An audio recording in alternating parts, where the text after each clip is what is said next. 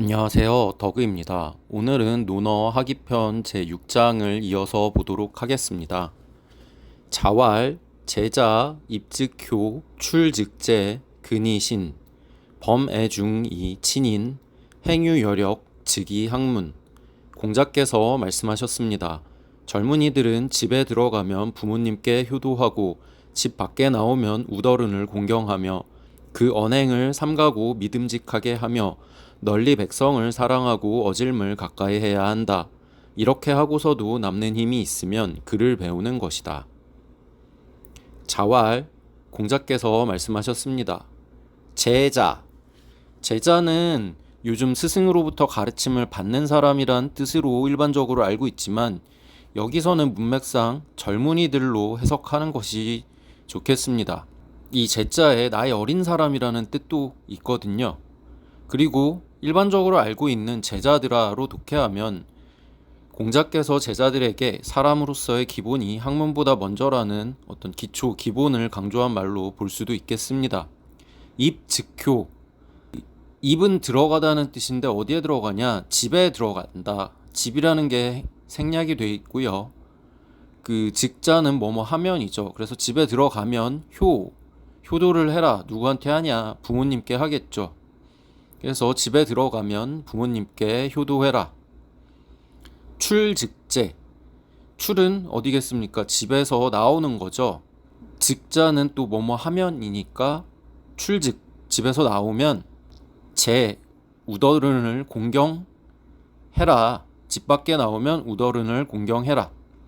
여기서 이제 아우 제자가 용법이 벌써 되게 여러 가지가 있었어서 살짝 정리를 하고 넘어가면 일반적으로 아는 아우라는 뜻은 용례가 형제, 본인으로부터 반계 이촌 남성 혹은 형제와 자매, 남매를 통틀어 이르는 말이죠. 물론 이제 형제 자매라고 확장해서 쓰기도 하지만 형제만으로 해도 이렇게 쓸 수 있죠.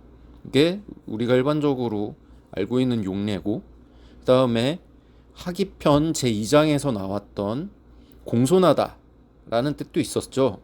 그래서 효제 야자 기위인지 본여 이런 용례가 있고, 그 다음에 또 제자, 스승에게 교육 지도받는 사람, 이것도 우리가 일반적으로 쓰는 용례죠. 그 앞서서 이번 장에 나온 거기도 하고요. 그 다음에 네 번째가 공경하다, 출즉제, 이런 용법들이 있습니다. 다음으로 근이신, 근은 언행을 삼간다는 뜻이고요. 믿을 신자는 또 언행을 믿음직하게 하다는 뜻입니다. 그리고 마리을 이자는 그리고 엔드로 쓰여서 언행을 삼가고 믿음직하게 해라. 그 다음에 범애중, 범자는 두루라는 뜻이고요. 중자는 무리 중자인데 백성을 의미를 하죠.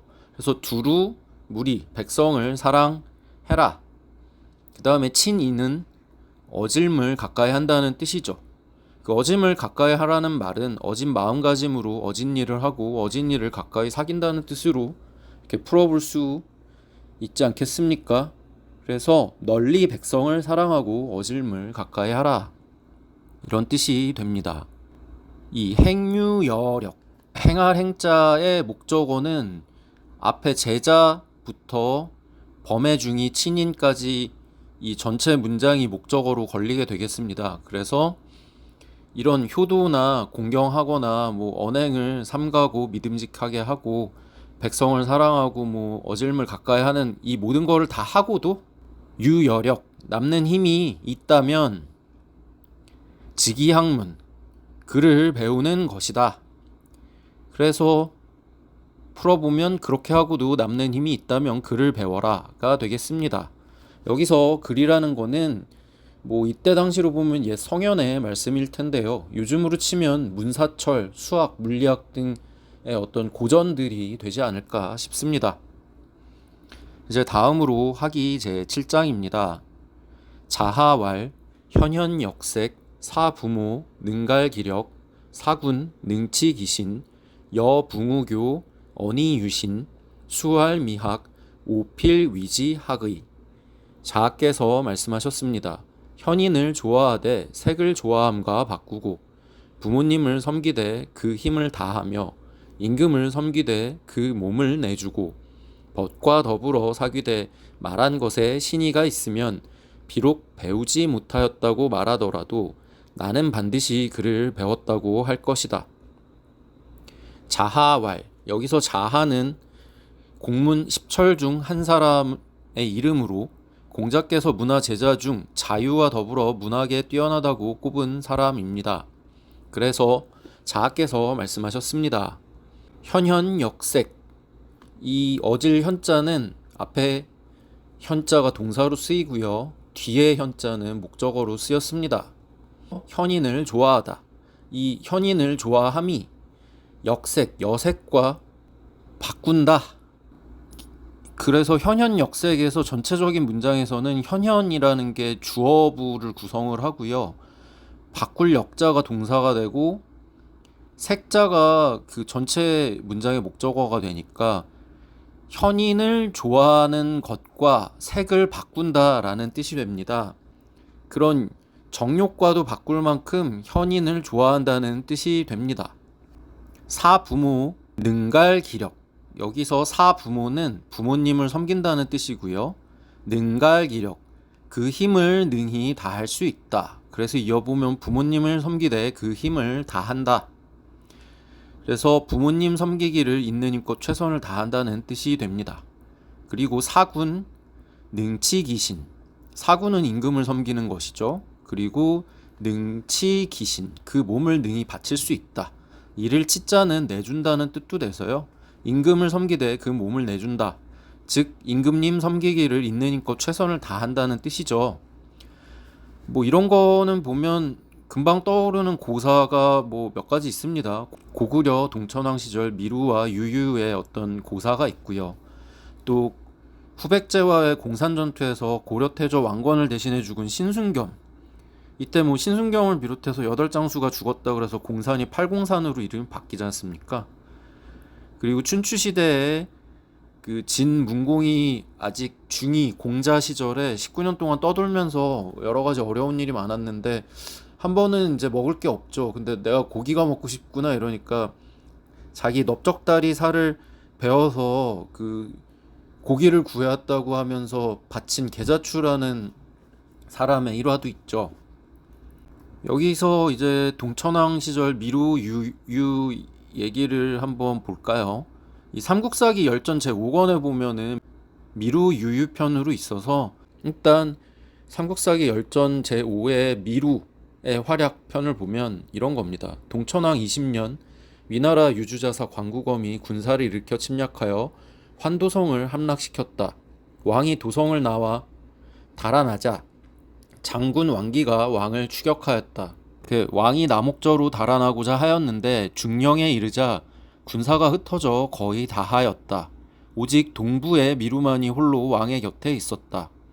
그가 왕에게 아뢰기를 지금 적병의 추격이 급박하여 벗어나기 어려운 형세이므로 신이 청컨대 죽을 각오로 이를 맡겠습니다. 그러면 왕께서 달아나실 수 있습니다. 라고 하였다. 미루는 마침내 죽기를 각오한 군사를 모아 그들과 더불어 적을 향해 돌진하여 힘써 싸웠다. 덕분에 왕은 적의 추격을 간신히 벗어날 수 있었다. 추격을 벗어난 왕이 산과 계곡에 의지하여 흩어진 병사를 모아 스스로 방어한 후 이르기를 만약 미루를 찾아 데려오는 자가 있다면 그 자에게 후한상을 내리겠다라고 하였다. 하부의 유옥구가 앞으로 나와 대답하기를 신이 해보겠나이다 라고 하였다. 유옥구는 미루가 싸우던 자리에 이르러 미루가 땅에 엎어져 있는 것을 보았다. 이에 유옥구가 미루를 지고 오자 왕은 그를 자신의 넓적다리를 베개 삼아 눕혔다. 오랜 시간이 지나 미루가 소생하였다. 다음으로는 유유의 활약을 한번 보시죠. 왕이 새끼를 전전하며 남옥저에 이르렀으나 위군이 추격을 멈추지 아니하였다. 왕은 계책도 궁하고 기세도 꺾여 어찌할 바를 알지 못하였다. 동부 사람 유유가 나와 아뢰기를 형세가 심히 위태롭고 급박하나 개죽음을 당할 수는 없습니다. 신에게 어리석은 계책이 있으니 청컨대 음식을 가지고 가 위군에게 먹이며 틈을 엿봐 그 장수를 찔러 죽이겠습니다. 신의 계책이 성공한다면 왕께서는 힘껏 돌격하여 시원하게 승리하실 수 있을 것입니다. 라고 하였다. 왕이 말하기를 화하노라 하니 유유가 위군에 들어가 항복을 가장하여 말하기를 저희 왕께서 대국에 죄를 짓고 도망쳐 해변에 이르러 몸을 둘 땅도 없게 되었습니다.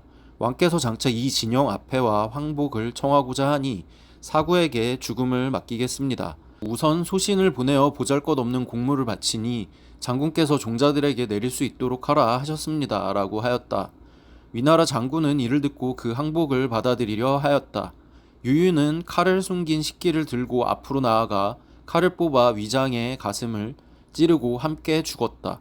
위군이 마침내 혼란에 빠지자 왕은 군사를 세 갈래 길로 나눠 위군을 급하게 들이쳤다. 위군은 혼란에 빠져 진영도 갖추지 못하였다. 마침내 위군은 낭랑방면으로 퇴각하였다. 이 동천왕이 위나라 광국원 쳐들어왔을 때 굉장히 고초를 많이 겪었는데 이 미루의 결사대 활약과 유유의 탈신 성인의 그 자세에 힘입어서 위기를 탈출할 수 있었죠. 이제 다음으로는 여붕우교 언이유신입니다. 여기서 여붕우교는 그 하기편 제4장에 1일 삼성에 출처가 됐던 그 증자의 말씀에도 나왔었죠. 여붕우교의 불신호. 이게 있었습니다. 그래서 여붕우교는 여러분도 잘 아시다시피 법과 더불어 사귀다는 뜻이고요. 그 언이유신은 말을 하되 유신, 신의가 있어야 한다는 뜻입니다. 그래서 이어보면 법과 더불어 사귈 때는 한 말에 신의가 있어야 한다. 그래서 수왈 미학, 수왈은 비록 뭐뭐라고 말하더라도 이런 뜻이고요. 미학은 배우지 못했다는 뜻입니다. 그래서 비록 그가 배우지 못했다고 말하더라도 오필위 지학의, 여기서 오는 나는 이란 뜻이고요. 필위는 반드시 뭐뭐라고 이를 것이다 라는 뜻이 되고, 지학, 여기서 갈자는 대명사로 앞에 미학, 배우지 못했다고 한 사람을 지칭을 합니다. 그래서 그가 배웠다가 되는 거죠. 그리고 어조사 의자는 뭐뭐다 라는 어떤 강조를 위한 걸로 붙었습니다. 그래서 이 오필위 지학의를 이어서 보면 비록 배우지 못했다고 말할지라도 나는 반드시 그가 배웠다고 말할 것이다. 이렇게 풀이가 되겠습니다. 그럼 오늘은 이것으로 마치도록 하겠습니다. 안녕.